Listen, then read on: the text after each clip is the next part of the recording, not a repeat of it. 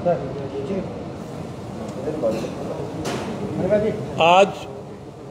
Jammu wine trade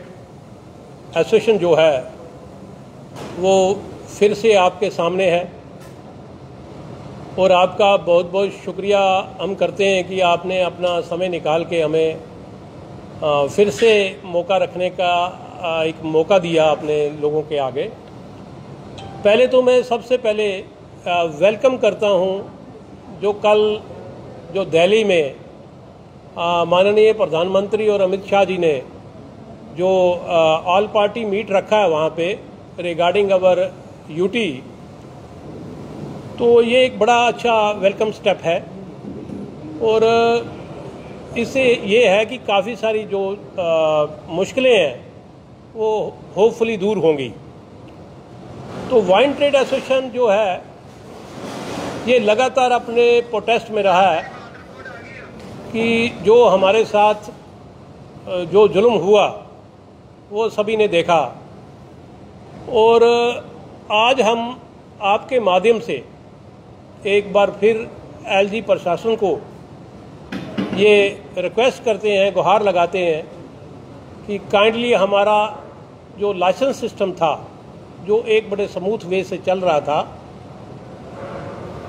उसको दोबारा restore किया जाए और साथ ही कुछ चीज़ें हमें कई चैनलों पे देखने को मिल रही हैं कि कुछ जो पॉलिटिकल पार्टी के जो स्पोक्स पर्सन हैं या कोई दिग्गज नेता हैं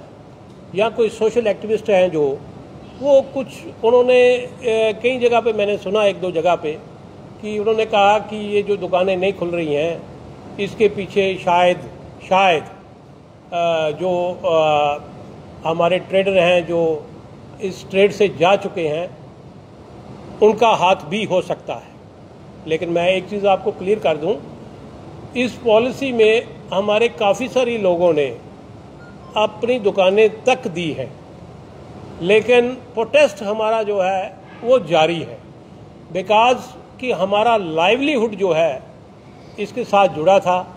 और हम अपना लाइवलीहुड बचाने के लिए हर बार गुहार जो है वो लगाते थे, लगाते हैं और लगाते रहेंगे। क्यों कि इसमें हमारा काफ़ी सारा नुकसान जो है हो चुका है। अगर आप लाइवलीहुड की अगर बात करें हम तो लाइवलीहुड जो है ये खाली एक तरीके से अगर हम सोचें तो वो नहीं है कि इस पे ऊपर मेरे बच्चे हैं वो भी उनका भी लालन पालन जो करना है किसी ने वो भी एक लायबिलिटी है, उनकी पढ़ाई भी एक लायबिलिटी है, बैंक्स जो हैं वो भी एक लायबिलिटी है। और मैं आपको बताऊं कि काफ़ी सारे जो लोग हैं हमारे वो बैंक्स लोन में एनपीए की कगार पे है और हमारा रोज़गार जाना। और एक चीज़ और क्लियर बताएं कि मैक्सिमम दुकानें जो थी हमारे लोगों की 70 से 80% शॉप्स जो थी वो रेंटेड थी और रेंटेड में ये है कि अब वो दुकानें खाली हैं और हमारा जो डे बाय डे है और एक जो बुजुर्गों की एक कहावत है कि एक भरा हुआ जो कुआं है वो भी खाली हो जाता है कि अगर बारिश ना हो तो जो अपना वाटर लेवल होता है वो भी गिर जाता है। तो आप ये बड़ी अच्छी तरीके से समझ सकते हैं और मैं गवर्नमेंट को ये कहना चाहता हूँ कि भाई साहब हमारा जो रोज़गार है वो हमें प्राया मेहरबानी हमें वापस कर दीजिए क्योंकि हमारा सर्वाइवल जो है वो अब दिनों दिन जो है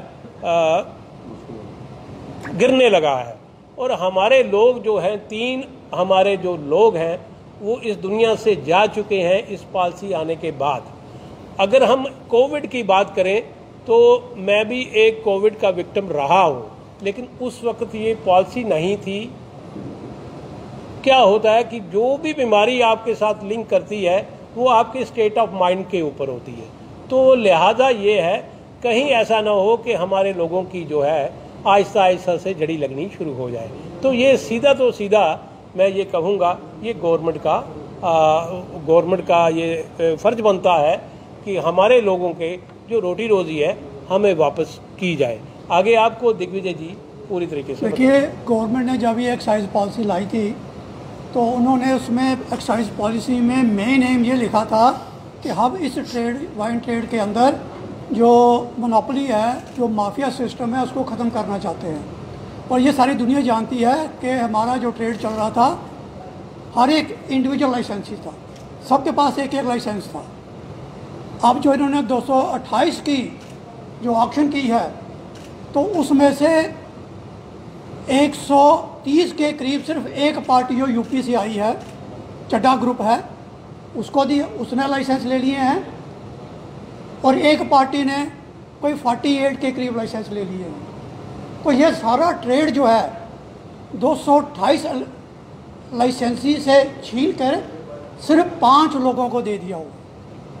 तो ये एम जो रखा था इन्होंने मेन, कि हम भैया माफिया सिस्टम ख़त्म करना चाहते हैं, मोनोपोलाइज सिस्टम ख़त्म करना चाहते हैं, इस पॉलिसी ने उस सिस्टम को बढ़ावा दिया है।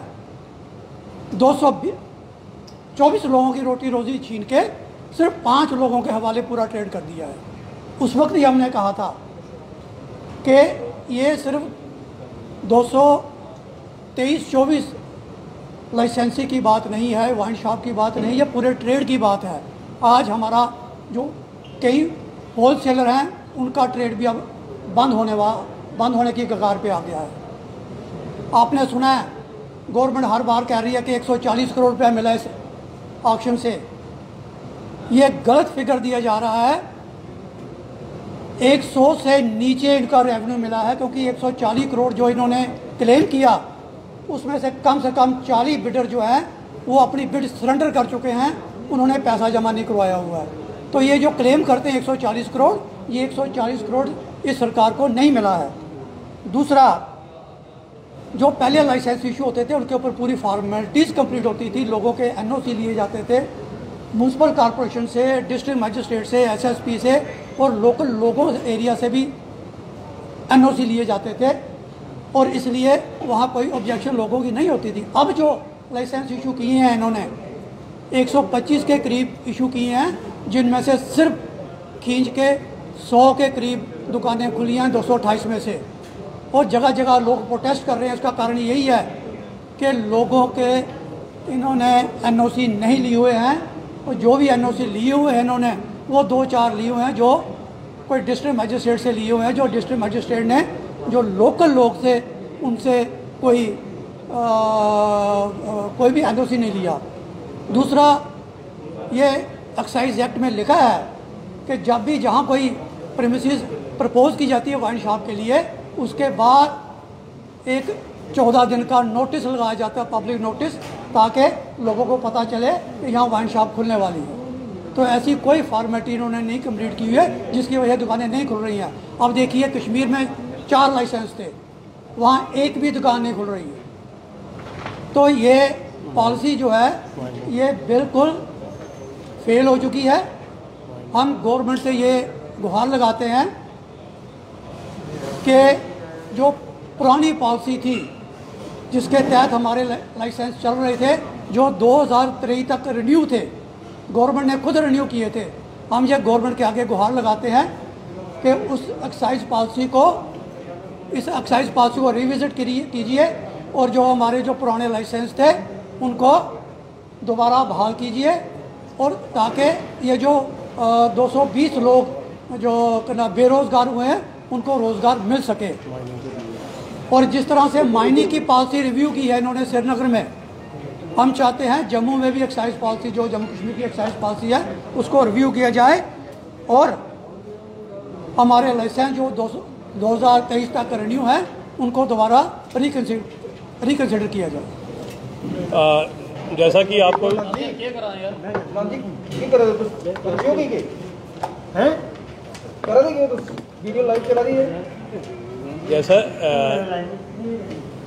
जैसा कि अभी दिग्विजय जी ने आपको सारा ब्रीफ में बता दिया, तो हमारी सबमिशन जो है गवर्नमेंट के आगे यही है कि वो हमारे लाइवलीहुड जो है उसको